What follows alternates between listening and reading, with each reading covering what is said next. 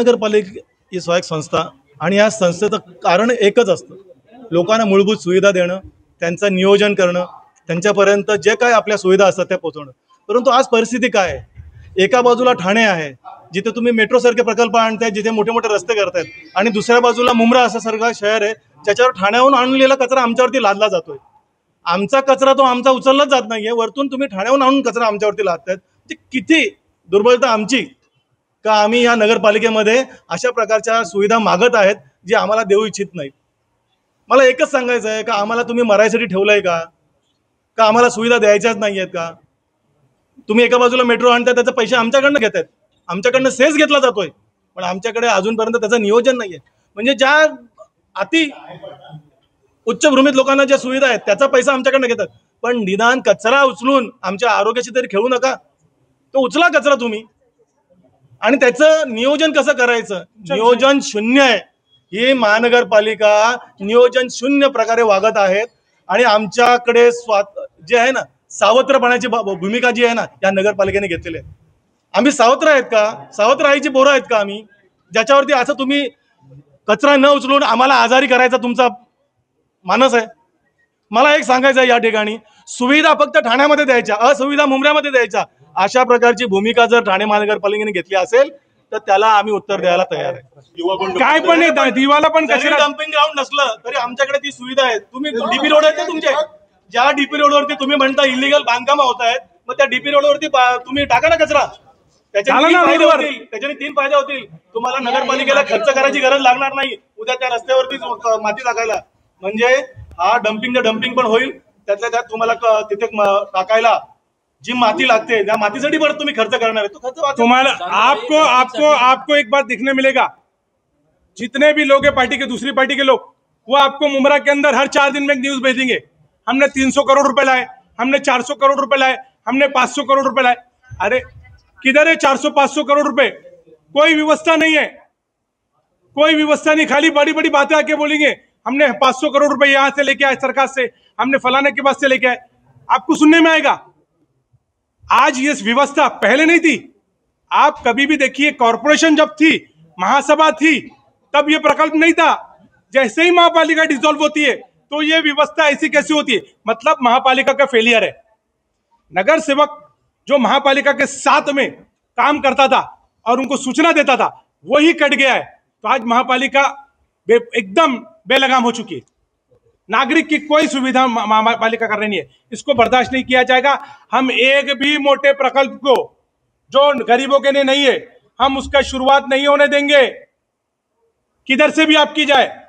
हमको मालूम है कि आपकी कौन कौन सी ट्रेन और कौन कौन सा कहां से आ रहा है. हम मुंब्रा डाइगर, दीवा, मुंब्रा, कौसा, हम कोई भी जगह के ऊपर नागरिक को लेकर रस्ते पे आएंगे, लेकिन आपको प्रकल्प का उद्घाटन करने देंगे नहीं, क्योंकि हमको मालूम है ये आपका चुनाव का जुमला है. मूलभूत सुविधा आप उसके लिए करने में असफल है. पानी और कचरे की, स्वास्थ्य की समस्या आप बंधनकारक है, आप उस पर बंधनकारक है. आप जब उसको बंधनकारक होकर आप उस पर कार्रवाई आप नहीं कर पा रहे, मतलब आप सिस्टम फेलियर है. मतलब हाईकोर्ट को बोलना पड़ रहा है इलीगल बांधकाम.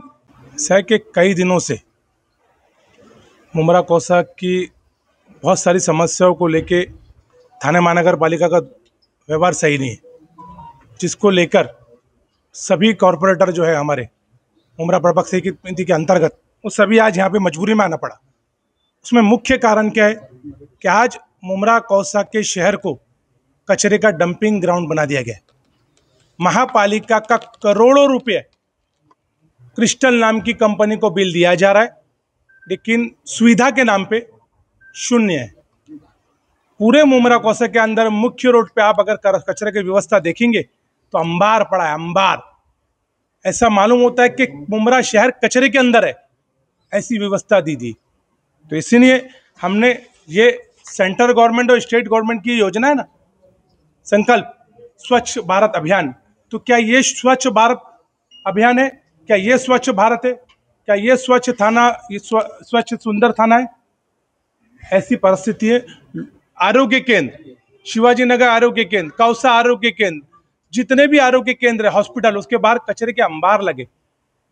महापालिका का कर्तव्य है कि लोगों की मूलभूत सुविधा का ध्यान रखे.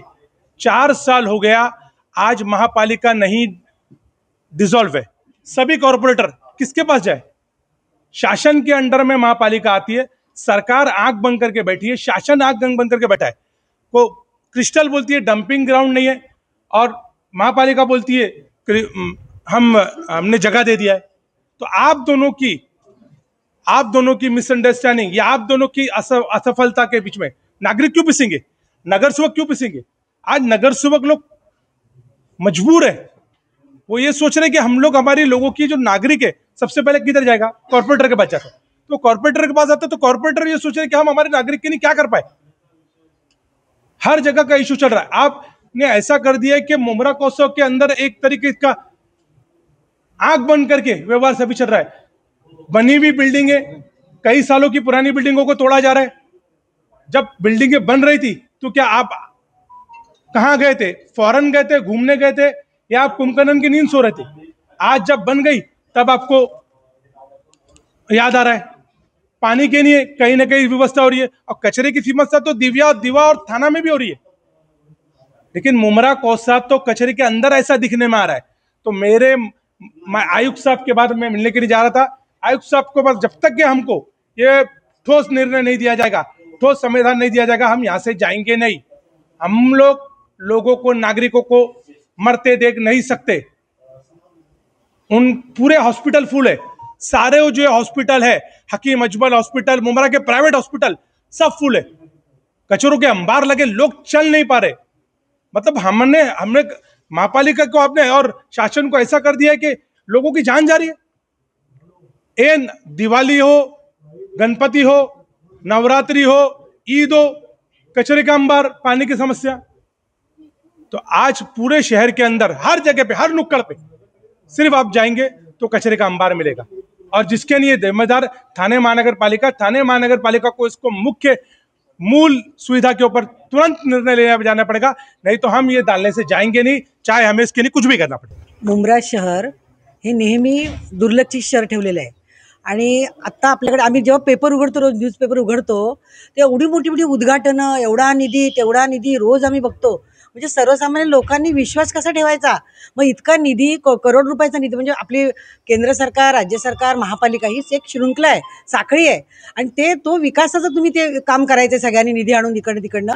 आणि जेव्हा लोकांकडनं तुम्ही टॅक्स गोळा करता, तिथल्या लोकांकडनं पाण्याची बिलं घेता आणि लोकांना पण सुविधा देत नाही, मग अशा वेळेला तुम्ही हे उद्घाटन करता, एवढा मोठा निधी जो आणता, आम्ही रोज न्यूजपेपर उघडले की ते बघतो, पानं भरलेली आहेत, इकडे ओपनिंग केलं, तिकडे एवढा निधी आणला, करोड रुपयांचा निधी।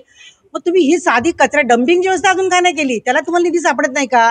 मग तुम्ही इतकी गावं तिकडची आता ती डेव्हलप व्हायला लागली सगळी तिकडे ग्रामीणची, मग आधी तुम्ही डंपिंगची व्यवस्था करा ना। तुम्ही बाकीच्या मेट्रो वगैरे सगळं डंपिंगची व्यवस्था करा, नंतर तुम्ही मेट्रो वगैरे हे सगळे करा, नंतर तुम्ही मोठमोठ्या बिल्डरांना जे भूखंड जे दिले जात आहेत, टॉवर उभे राहिलेले तिकडे, ते तुम्ही करा नंतर, पण आधी डंपिंगची व्यवस्था करा। लोकसंख्या वाढते ना तिकडे, मग कचरा पण वाढत चाललाय। आम्हाला महिलांना खूप त्रास होतो याचा। महिला शाळेत आता मुलांना सोडायला जातात, शाळेत जाताना रस्त्यात दोन्ही बाजूला ढिगारा कचऱ्यांचा, कशी मुलं आरोग्य कसं त्यांचं नीट राहील, त्याच्यामध्ये महिलांना हा त्रास होतोय। बरं, कचरा हा आम्हाला महिलांना जास्त, आम्हीच ते घर चालवतो तेव्हा कचरा आम्हाला माहिती येतो। मग तो कचरा उचलायला जे घ्यायला येतात ते बिचारे रडतात आमच्याकडे की मॅडम कचरा टाकू कुठे, आम्हाला जागाच नाही, कचरा आमचा कोण घेत नाहीये। मग काय करायचं? मग मुंब्र्यामध्ये म्हणजे तुम्ही जे आता जर आजार पसरले तर तुम्ही भविष्य काळात तिकडे जर काय झालं ना, हे आरोग्य बिघडलं तर तुमच्या ठाण्यात पण येणारच आहे ते हवेतून। तर ते तरी निदान स्वतःचा तरी विचार करा की हे उद्या आजूबाजूला पसरलं तर तुम्हालाही त्रास होणार आहे त्याचा मुंब्र्यासोबत। तर माझी विनंती आहे प्रशासनाला, लवकर तुम्ही डंपिंगची व्यवस्था करा, कचरा उचलायची व्यवस्था करा। कचरा मोठमोठे कॉन्ट्रॅक्टर लोक जे कचऱ्याचे कॉन्ट्रॅक्ट घेतात, अहो ते करोडपती होत चालले आहेत कशाच्या जीवावर?